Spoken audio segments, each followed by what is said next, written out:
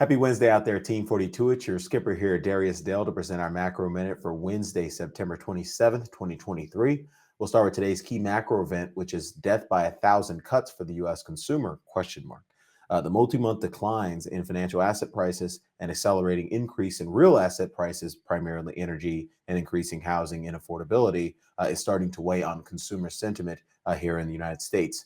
How these factors, the UAW strike, the lapsing student loan repayment moratorium, and a potential government shutdown impacts consumer spending in the coming months is important to plan for. Consensus is anticipating a slowdown in consumption, as are we.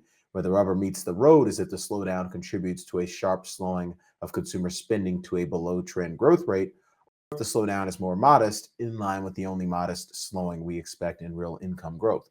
On Friday, we get the PCE report for August that can provide a good baseline status check on the consumer to operate from heading into the fall. So we also elaborated on where we were where we currently are in consumption, what our expectations are as we head into the Q4 and relative to consensus. So if you want to check those out and the associated analysis, please review our leadoff morning note. Getting to our cross asset performance here, we'll start with equity sector performance here in the U.S. So the S&P down 2.7% week over week, being led to the downside by REITs minus 5% week over week. You got a new number two down there, XLU down 5% week over week. It's an interesting mix here because you got two very defensive sectors down almost 5% week over week, but you also got consumer discretionary down 4.6% week over week. So interesting mix there. You typically don't see, it's typically factor dispersion tends to be, sort of correlated, and this is sort of an uncorrelated move that we're seeing here leading to the upside here. You got one sector up week over week, and guess who? It's obviously energy up 1% week over week. So that makes a decent amount of sense in the context of some of the volatility adjusted momentum signals we've been observing in our global macro risk matrix for the past few months. Transitioning to factor performance, S&P down 2.7%. Yesterday was a broad-based sell-off in terms of factor performance, because now you're starting to see factors are actually broadly underperforming the market on a week-over-week basis.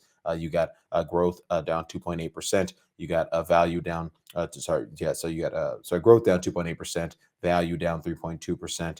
You also have low beta down 3.2%, high beta down 3.3%. So this is a clear de-risking event by the market. This is not a, I'm picking this stock and shorting that stock and going long this and shorting long that in terms of what's happening on the buy side.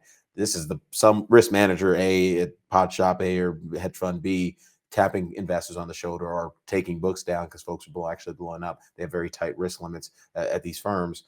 This is to people just taking down risk when you start to see a limited amount of dispersion across factors. And so, in our opinion, what happened yesterday looks to be somewhat capitulatory, or at least what's happening month to date. The SPY down 5% month to date seems to be somewhat capitulatory. So we shall see.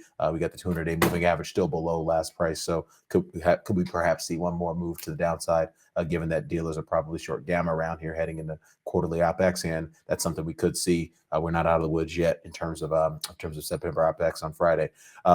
Geographic performance, SPY, as I mentioned, down 2.7%. You got Brazil down almost 6% week over week. You got Eurozone equities down 4% week over week. In terms of what's leading to the upside, you got India and Japan up down 0.5% and 1.1% respectively. In terms of fixed income here, we got Barclays Act down 1% week over week. TLT can't get out of its own way, down 4% week over week. What's leading to the upside is short rates at up 0.1% on a week over week basis. Currencies, dollar still just grinding higher. I think the dollar's been up like 10 weeks in a row or something like that. It's continuing here this week, obviously up another 1.3%. We got leading to the downside in the currency market. Swiss franc down 2.2% on that kind of dovish hold that we saw, dovish commentary that we saw to the S&B last week. And then we also have British pound down 1.6% week over week. The currency market is speaking, and it's saying, the inflation impulse that we're starting to develop here in the U.S. is something that may cause the Fed to have to respond to it in terms of the carry that you're observing in things like the U.S. dollar carry that you're observing in the energy space. This has been a market of carry in terms of short rates outperforming duration in the fixed income market as well. In terms of in terms of commodities, we got commodities more or less flat on a week over week basis, a decent amount of dispersion. So you got energy up 2.7% week over week, and uranium up 6.5% week over week, leading to the downside. You got agriculture down 2.7% week over week, and precious metals down 2.5% on the other side of that dollar move. And then lastly, crypto. You got crypto down, Bitcoin down 1.7% week over week. It's actually leading all crypto to the downside here. You got a little bit of a positive reprieve here, and Binance Coin up 2% on a week over week basis. And then transitioning to my Longbow dashboard here. So not much to do from an actionable trade or trade range signaling standpoint.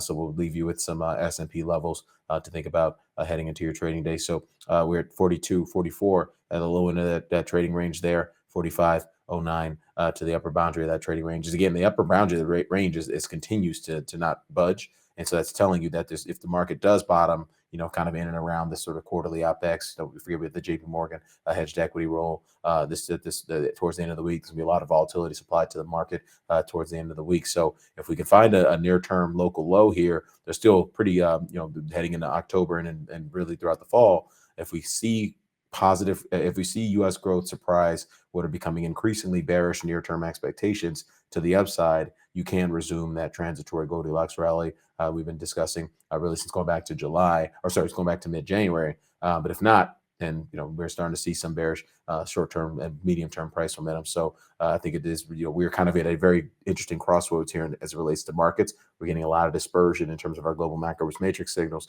limited dispersion in terms of the regimes that our global macro risk matrix is monitoring for the markets, and that obviously has implications. So if you're a 42 Macro subscriber, you know exactly what that means. And if you're not, have a great day.